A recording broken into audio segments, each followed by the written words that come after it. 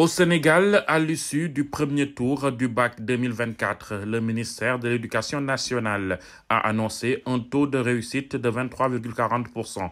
Dans l'ensemble, les correcteurs trouvent que le niveau des élèves est satisfaisant. Bon, le niveau est acceptable, surtout dans ce centre. Je pense que de manière générale, c'est de bons candidats, ils se sont bien débrouillés.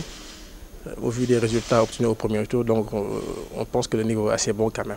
En tant que correcteur et enseignant-professeur, je dirais que le niveau des élèves est acceptable d'un point de vue, dans la mesure où on constate qu'il y a des élèves qui ont assimilé le programme et qui s'en sont bien sortis lors des évaluations du baccalauréat.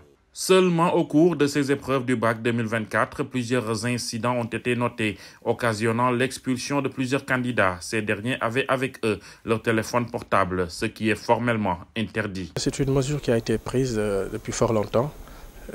L'interdiction formelle des téléphones portables au niveau des centres. Je pense que les candidats étaient au courant.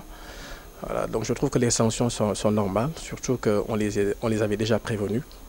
Donc même pendant les scolaires, on les avait prévenus par rapport à ça. On sait aujourd'hui que les téléphones portables sont des moyens pour tricher. Donc je pense que c'est une sanction, bon, c'est une règle qui est un peu difficile pour certains. Mais je pense que les règles sont les règles et il faut les accepter, il faut comprendre ces règles-là. Moi, je pense qu'on doit sanctionner justement pour que tout le monde puisse suivre cette règle-là. Parce que s'il n'y a pas de sanction, si on dit que oui, c'est trop difficile, etc., il y aura toujours d'autres qui vont refaire les mêmes choses. Donc, je pense que les sanctions sont justes. C'est tout à fait normal, parce que le bac, c'est un examen sérieux. Donc, un examen qui demande à l'élève de réciter tout ce qu'il a appris durant son cycle moyen et secondaire.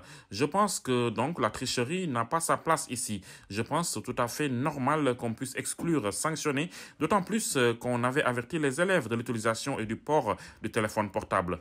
Donc, je pense qu'ils ont failli à cette règle-là et donc la mesure de sanction est tout à fait normale et justifiée. Pour les épreuves du second tour qui ont démarré ce mercredi, les correcteurs gardent espoir tout en espérant voir les candidats passer et ainsi élever le taux de réussite à au moins 50%.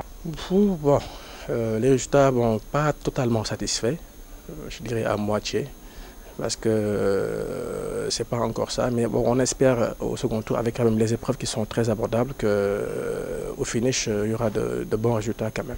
En 2023, le Sénégal a enregistré un taux de réussite de 51,54% au bac sur 155 109 candidats répartis dans 495 jurys. 77 284 avaient décroché leur diplôme.